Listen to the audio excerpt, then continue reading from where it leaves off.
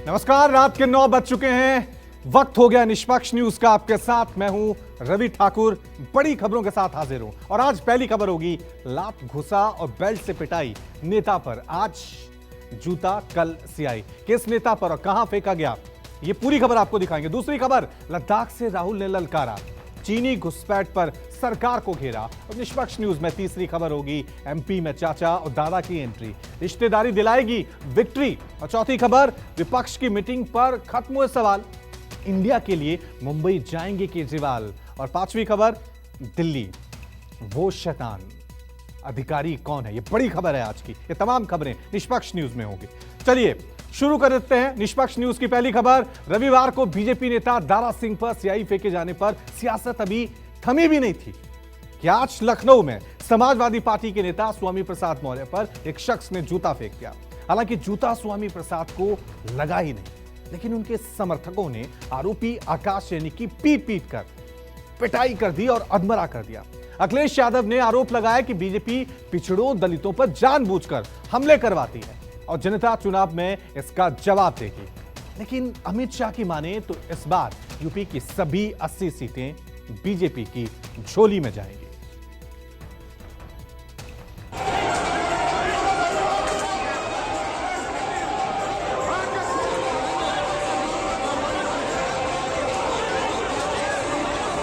जूता भले ही निशाना चूक गया, लेकिन समाजवादी पार्टी के कार्यकर्ताओं का निशाना बिल्कुल नहीं चूका। समर्थकों ने स्वामी प्रसाद मौर्य पर जूता फेंकने वाले आकाश सैनी के स्वागत में कोई कंजूसी नहीं बरती।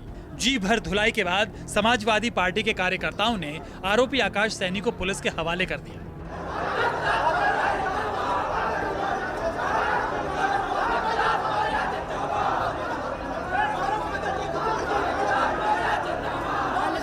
रामचरितमानस पर बयान से विवादों में आए स्वामी प्रसाद मौर्य लखनऊ में समाजवादी पार्टी के ओबीसी सम्मेलन में शामिल होने गए थे, लेकिन मंच पर पहुंचने से पहले ही वकील के भेष में आए आकाश सैनी नाम के शख्स ने स्वामी प्रसाद मौर्य की तरफ जूता उछाल दिया। हालांकि स्वामी प्रसाद मौर्य के समर्थकों ने आरोपी को पीट पीट कर अधमरा कर दिया, लेकिन हिंदू महासभा ने आरोपी के अभिनंदन का ऐलान कर दिया। अयोध्या के संत महंत तो अखिलेश को भी चेतावनी देने लगे। हिंदू द्रोही नेता स्वामी प्रसाद मौर्य के ऊपर हमारे छोटे भाई आकाश सैनी ने जो जूता चलाया है, उसका हम हार्दिक अभिनंदन करते हैं, स्वागत करते हैं। जिस प्रकार से हिंदू सनातन धर्म के इष्टों पर, उनके ग्रंथों पे लगातार अपमानित टिप्पणी कर रहे थे, ये ऐसा कृत्य इनके साथ होना चाहिए और होते रहना भी चाहिए। अभी तो स्वामी प्रसाद मौर्य जी के ऊपर जूता चल रहा है, आने वाले दिनों में अखिलेश यादव जी भी जूते से पीटे जाएंगे, क्योंकि उनके पार्टी के वरिष्ठ नेता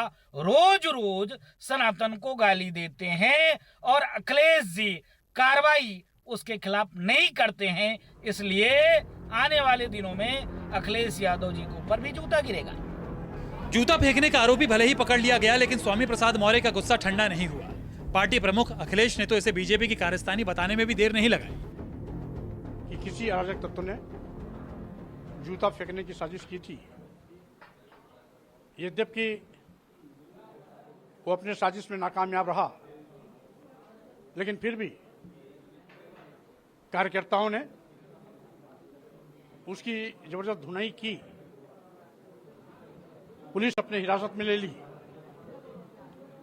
और यह कृत्य इस बात को साबित करता है कि भाजपा सरकार में किस तरीके से गुंडे, माफिया, अपराधी, अराजक तत्व कानून राज पर हावी है।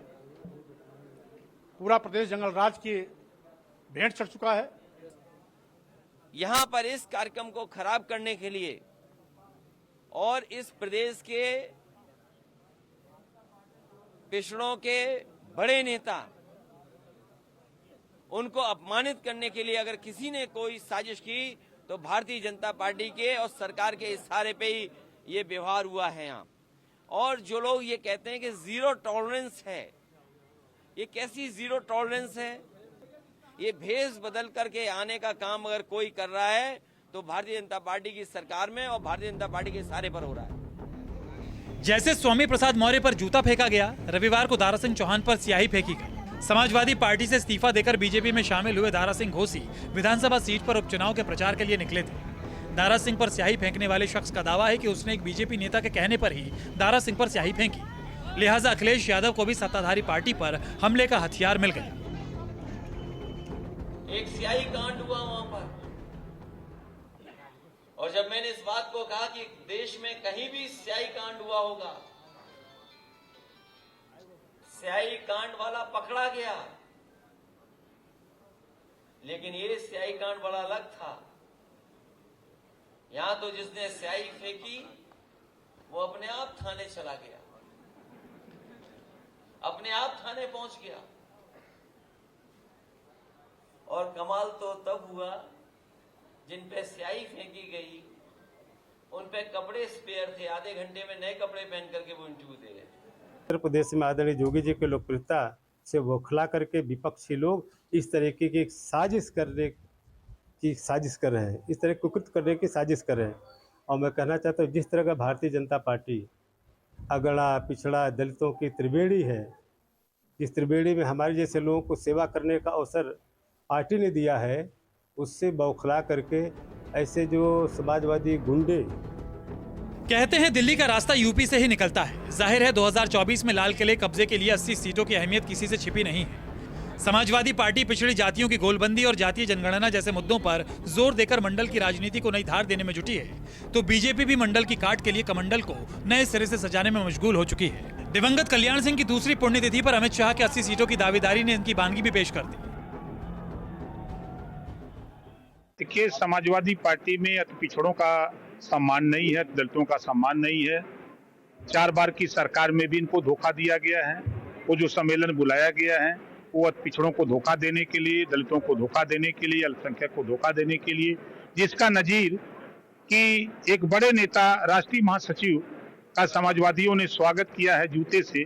अब इससे बड़ा प्रमाण क्या हो सकता है?